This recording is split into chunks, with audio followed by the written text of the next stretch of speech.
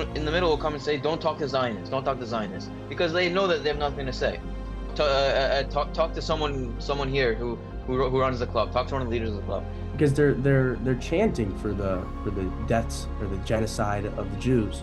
You know, we don't want two states, we want it all, or intifada, intifada. These kids chant intifada, intifada. They don't know what it means, but this is what they're chanting. One person said, when I asked them which river and which sea are you talking about when you say from the river to the sea, the guy said, I don't know, the Red Sea. Hi everyone, with me today, two students from Indiana University, Grant Davis and Jaden Livian. Grant recently finished his freshman year and is now planning on joining the IDF this winter. And Jaden is the president of IPAC, Indiana's APAC club. I'm happy to host you guys in Israeli development. And I want anyone that watching us to understand the full picture of how is it to be Jewish student in America nowadays. Jaden, let's start with you. So being a Jewish student in America it's a pretty unique time. I think it's really a turning point. I think for many years we heard on the news, you know, people are like, oh, college campuses are filled with these anti-Israel protests, but we never really saw it come into reality until with this war now. I think being a Jewish student now, you really start to before now people were college students and they happen to be Jewish, right? But now you're first a Jewish student and you also happen to go to that college. For me, my identity, I identify as I'm a Jewish student, a member of Am Yisrael, and I happen to be a student at Indiana University. It's not an Indiana University student who happens to be a Jew. And I think for most people, even people that don't identify that they're that religious or they weren't that involved with any sort of Jewish life on campus, now that's really taken a front seat for them, their Jewish identity. Mm-hmm. Grant? I'd say, personally speaking, it's been tough. This last year, since October the 7th, being a Jewish student, whether it's in class or just walking around campus, it's tough. There's a lot going on. There's a lot coming at you. A lot of these campuses, there's not large Jewish communities. Luckily, we have one. Mm-hmm. What is large for you? Our school is about 10%, and I think it's about 4,000, 5,000. Okay. Yeah. So it makes things a lot easier, you know, being united and having a community surrounding us. Yeah. I know that even before the October 7th occasions, also it was a lot of anti-Zionism movements, but also like things happening in campus. Is it really different if we're not talking about the demonstrations, the protests right now, talking about the atmosphere and stuff? Is it really different from before, or even before it was very radical? I would say on our campus, it's totally different. Before October 7th, our Palestine Solidarity Committee, which is like the SJP, whatever you want to call it, the pro-Palestinian group, was completely dormant. They weren't at all active on campus. And actually, and I'm going to touch on this a little bit later, a few weeks before October 7th was the first time in a few years that they started to have activity. I walked through the main student building and they were giving out kufiyas. This was in late September, which to me personally hints at the fact that there might be someone in there that is connected to people in the Middle East, which is a possibility. I don't know for sure, but I think it's very dangerous, and this is our campus. Other campuses have been a more intense climate for years now, but this happens to be our campus where they only really woke up after October 7th. Yeah. Grant, can you tell me, I don't know, like a personal experience since October 7th, how, like something that you remember that was very big for you to take in or something like this? I'd say my first semester, I took a class called U.S. Foreign Policy in the Middle East. And in this class, I had a professor who's from Lebanon. He's been in the States for many years teaching. And at the beginning of the class, he made sure to let the class know that he wasn't going to speak on Israel. it was about the Middle East and U.S. foreign policy, but he's going to leave out Israel. Post October 7th, he decided to renege on what he said, and he began talking a lot more about Israel and in ways that were not truthful, and he did not allow for any academic discussion or debate. So if I wanted to say something or respond to something he said about Israel that was untrue, a lot of which were blood libels, genocide, this, that, Mhm. he wouldn't allow for conversation around, and that to me was just very worrisome, very troubling, because he was able to influence and convince these students that what he was saying was absolute and wouldn't allow for any pushback. Yeah. So seeing And- that in the classroom was difficult. Yeah, and when you said that in the beginning, you said that he said that he won't talk about Israel during this class. This is because he just ignore Israel as part of the Middle East? Yeah, essentially, yes. He really was, it was more focused around, Muslim countries and Arab countries. Mhm. So, yeah. I see. And Jaden, do you have something that's, I don't know, special happens to you? If you are the president of the APAC Indiana's university, Right. you probably... So I'll give a short anecdote. This happened in early November, where I happened to put up. This wasn't really part of the APAC work that I do, but it was just on a personal thing. I really wanted to do this. I put up some posters of the hostages, the kidnapped posters. I put them up on campus, and within minutes, I turned my head, and there was a professor taking them down. And I looked at this. I recognized the professor. There happened to be someone sitting there that saw that a Jewish student that I knew, that saw that and took a picture of him, and he kind of like did it sneakily, walked away. Turns out that same night he had a sort of panel discussion with other professors to speak about Israel and the conflict.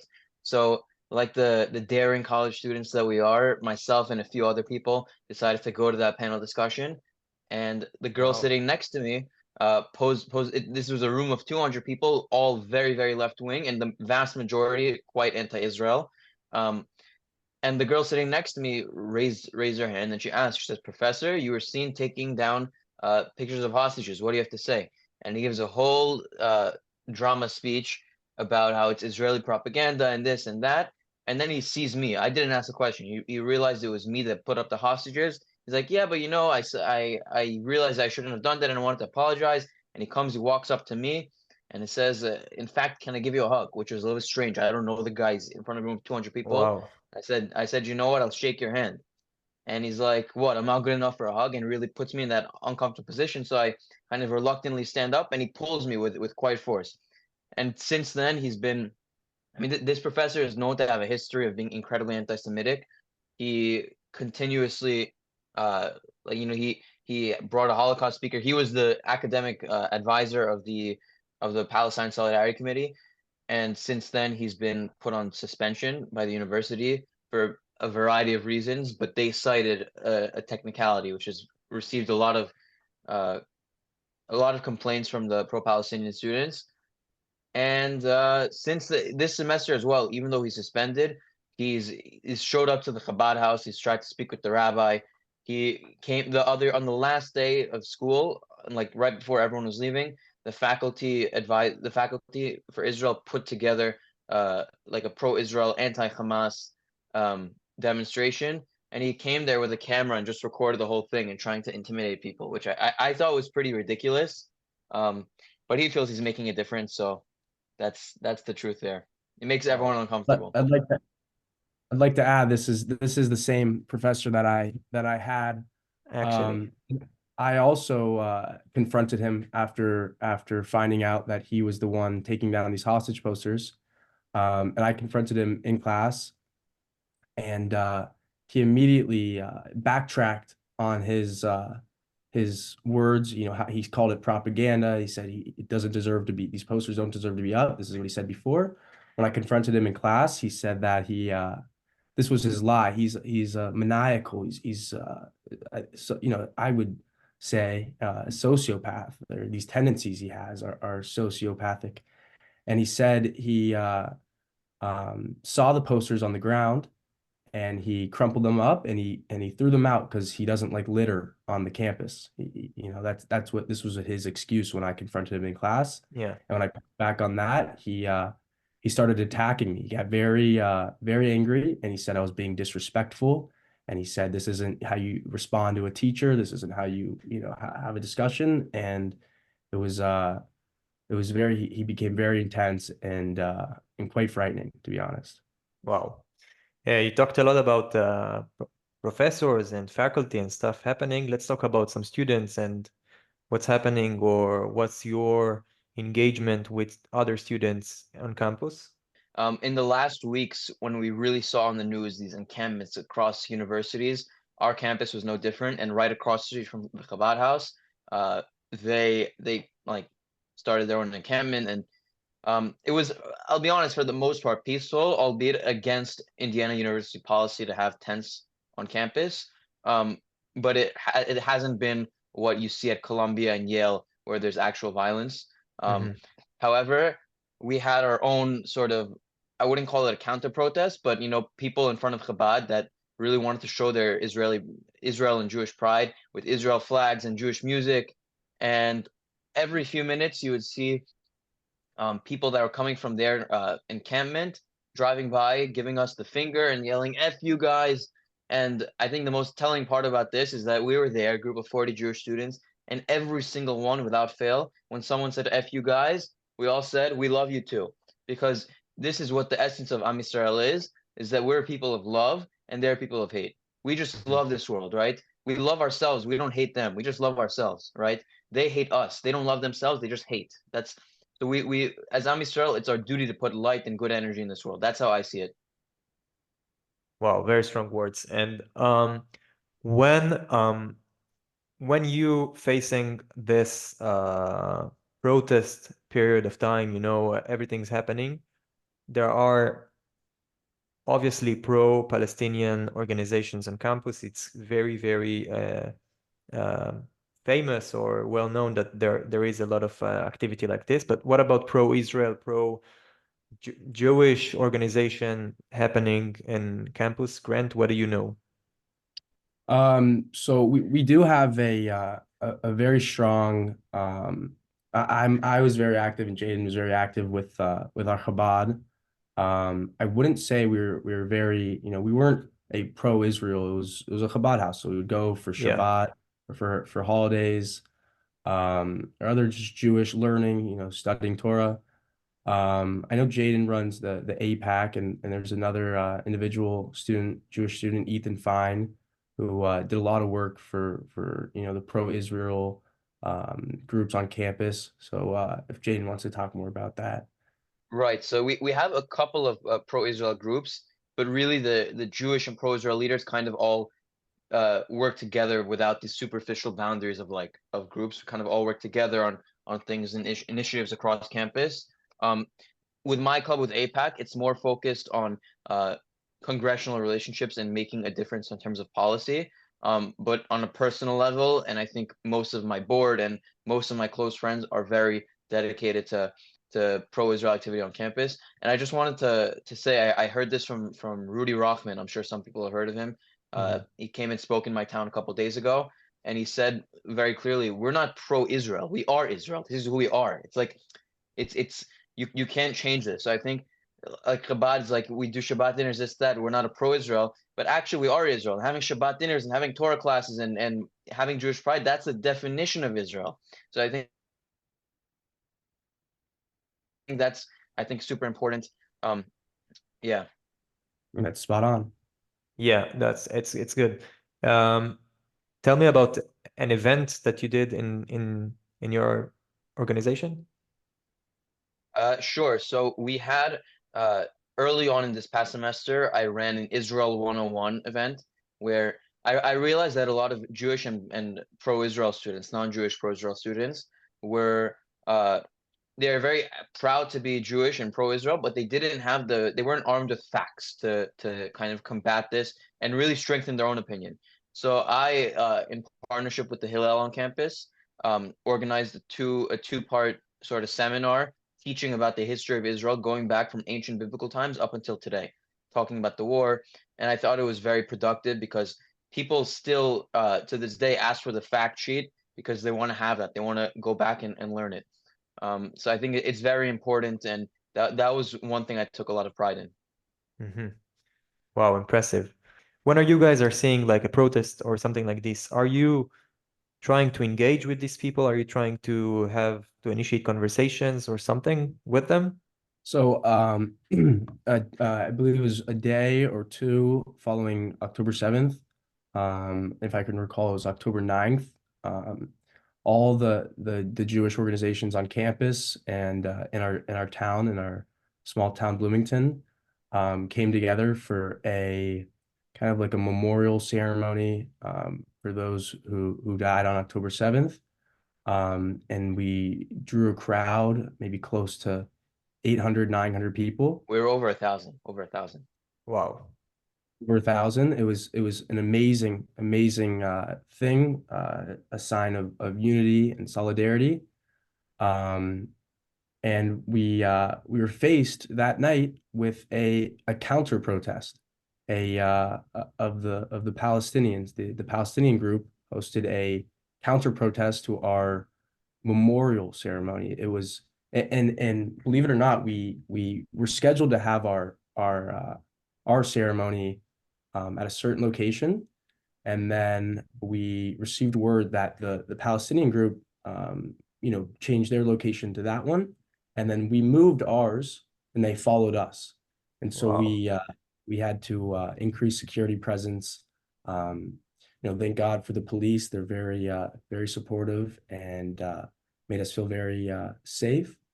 But it was definitely, that night was very difficult to see the reaction from the other side. I mean, the things they were saying, and this was far long before the ground operation took place. It was before any retaliation took place. Mm-hmm. Nothing had started. Yeah, the first days, yeah. Yeah, and so it was very, very frightening with what their reaction was to that. Jaden, did you had any conversations with someone, maybe one-on-one or something like this, trying to talk to them to, I don't want to say persuade or something like this, but just like to talk with someone and try Sure. to understand like the situation each. As a person, I've always been very big on dialogue and critical thinking, especially before the war. To me, it's like the biggest thing you can do is have a conversation with someone who disagrees with you, and really that's how we make progress. And then since this war started, kind of my entire mindset has shifted with this, because I think the majority of these people are genuinely anti-Jewish. They're filled with hate. And I think what I really saw with the encampment is that these people don't want to engage, and it's better for us not to engage with them, because whatever we say, they're going to get angry and they're going to use it against us, and vice versa. It just increases tensions for no reason. And that pertains to the center, the core of this group, because even if you try to engage, I don't know if it was Grant or someone else who spoke with someone on the outside of their sort of circle. There, someone in the middle will come and say, don't talk to Zionists, don't talk to Zionists, because they know that they have nothing to say. The people in the middle just want to be angry at the world. On the people on the outside, some of them are just a little curious. They see some people in an encampment having a good time and they join them. And those people are people that you can have a conversation with. And in fact, I did have a conversation with a couple. There was an Arab student, or actually I think an Arab person who lives in the town. He's not a student here, who really we had a somewhat productive conversation. We disagreed on most things, but the truth of the matter is that these Arab students, this guy is a Palestinian refugee. His family's from Jerusalem, but he grew up in Lebanon, and we had a civilized conversation. He suffered as a result of this conflict, just as many Israelis have suffered, and both are valid suffering. And this was a real conversation. Instead, when you have white people with green hair that think they know everything about the Middle East, you can't have conversation with those people. They don't know anything about what's going on there, and they just place their own struggles and their own anger with this world and mirror it on what's happening in the Middle East. Wow, very strong. Right. And You wanna say something? You wanna add? Yeah, I would say they're not willing to engage in dialogue or discussion. And I think that is one of the biggest issues that we're having on these college campuses is that we should have the freedom, they should have the freedom to protest and say what they want and voice their opinions.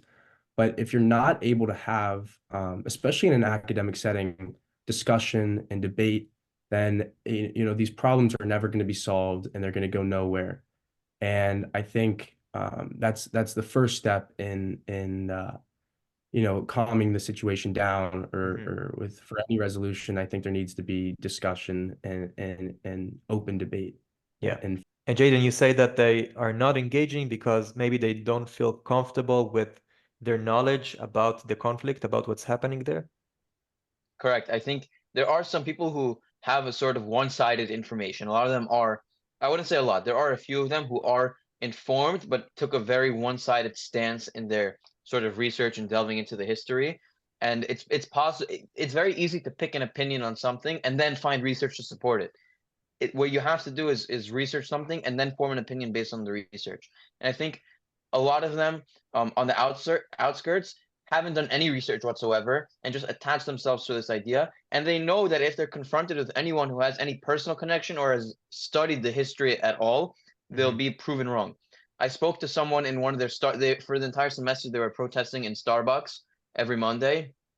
And I spoke to someone after the ceasefire, after the sort of hostage deal. I think this was in December.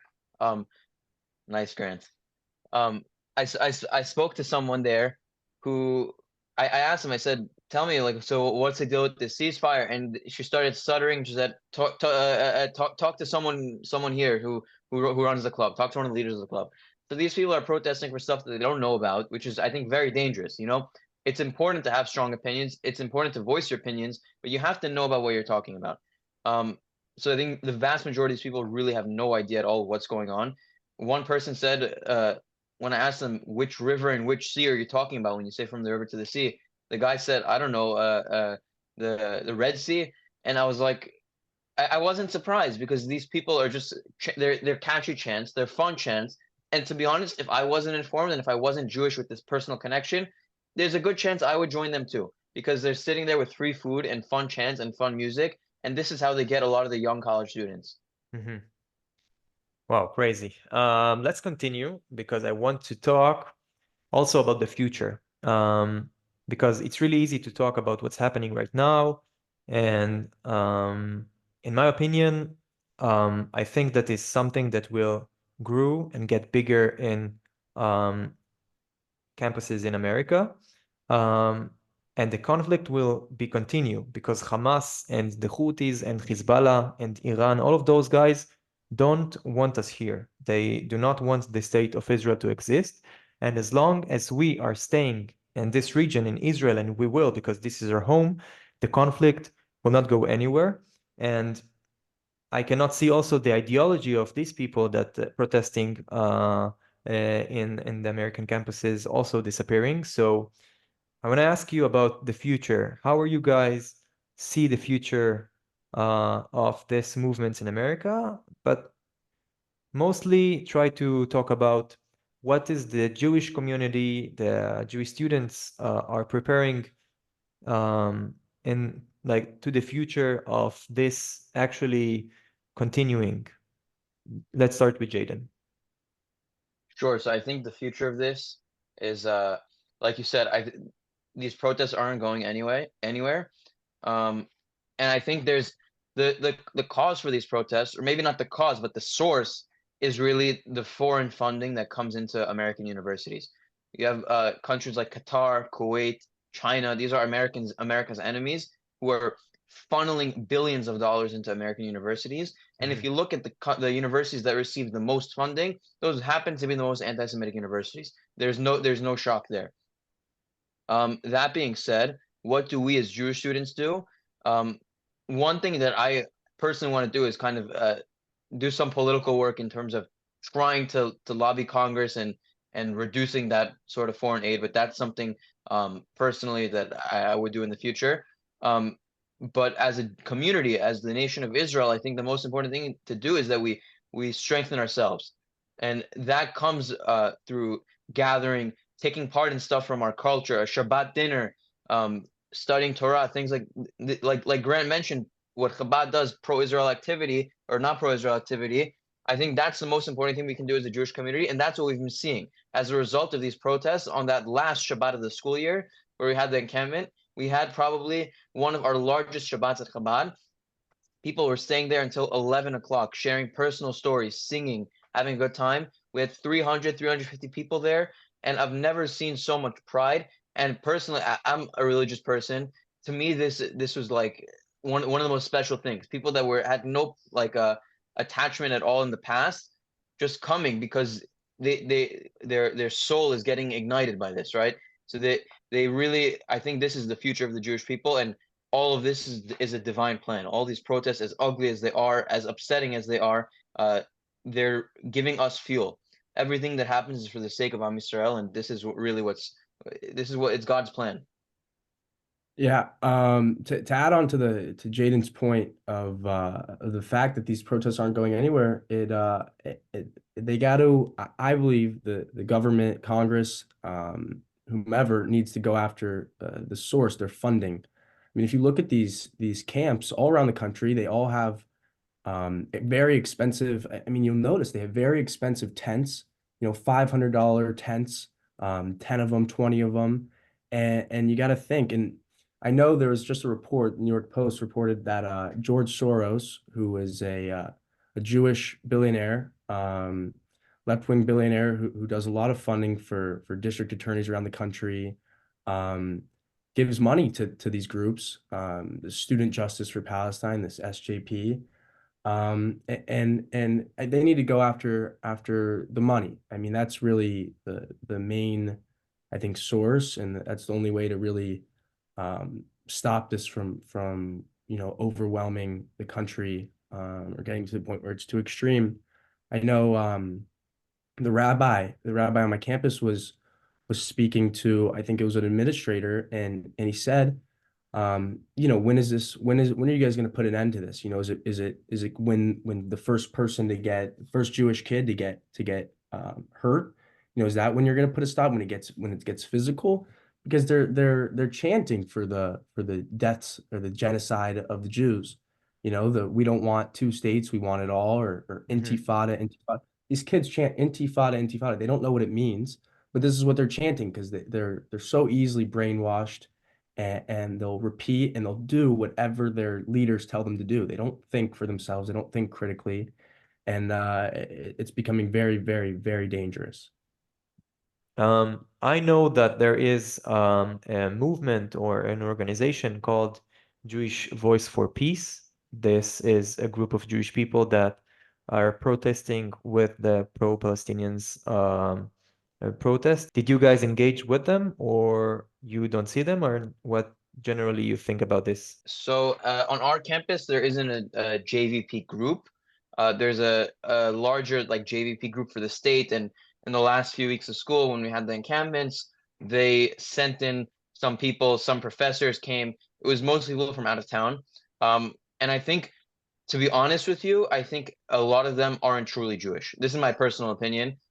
Some of them may have done some sketchy conversions from not unofficial, not a proper conversion, and now they call themselves Jewish in order to push this agenda. And however, there are some people who are Jewish there, and to me as a Jew, I really feel that when I see another Jew, I already feel that connection just seeing them, and it hurts me a lot when I see someone who I know is Jewish who is lost in doing this. There's been a few on campus, and there's nothing really much to say. I pray for them because for a fellow Jew, it hurts me. I'm not upset at them because they're just lost.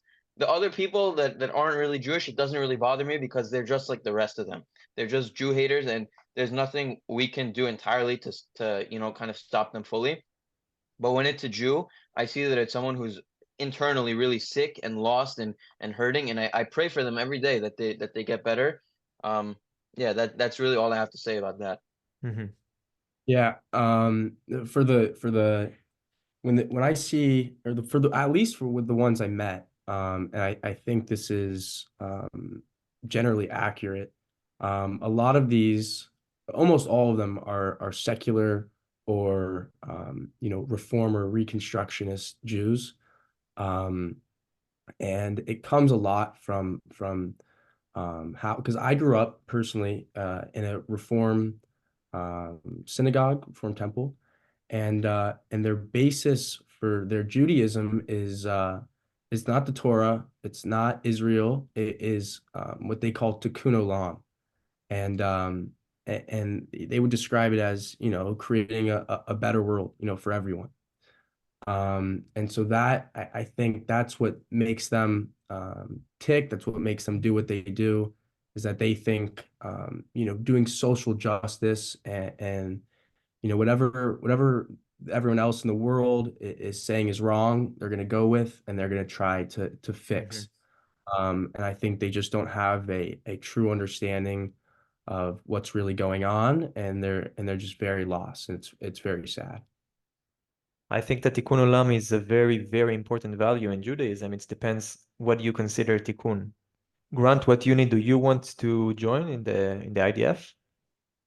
Right now I'm not too sure. I recently went to Israel for a volunteering trip, and I did a cookout for the Givati, some Givati soldiers, and they were pretty funny guys, and that really piqued my interest. They seemed like some good guys I get along with. So definitely something in combat I'd like to do. Givati, Golani, Tantanim, whatever I can do to help out. I'm sure that every Israeli that watching the video right now would be very happy to invite you to a Shabbat dinner. Grant, Jaden, thank you guys for joining us today. I wish you luck and continue with the great work that you're doing, and come visit us in Israel. Thank you, Grant. guys. Thank Take you. care. Thank you, guys. Bye.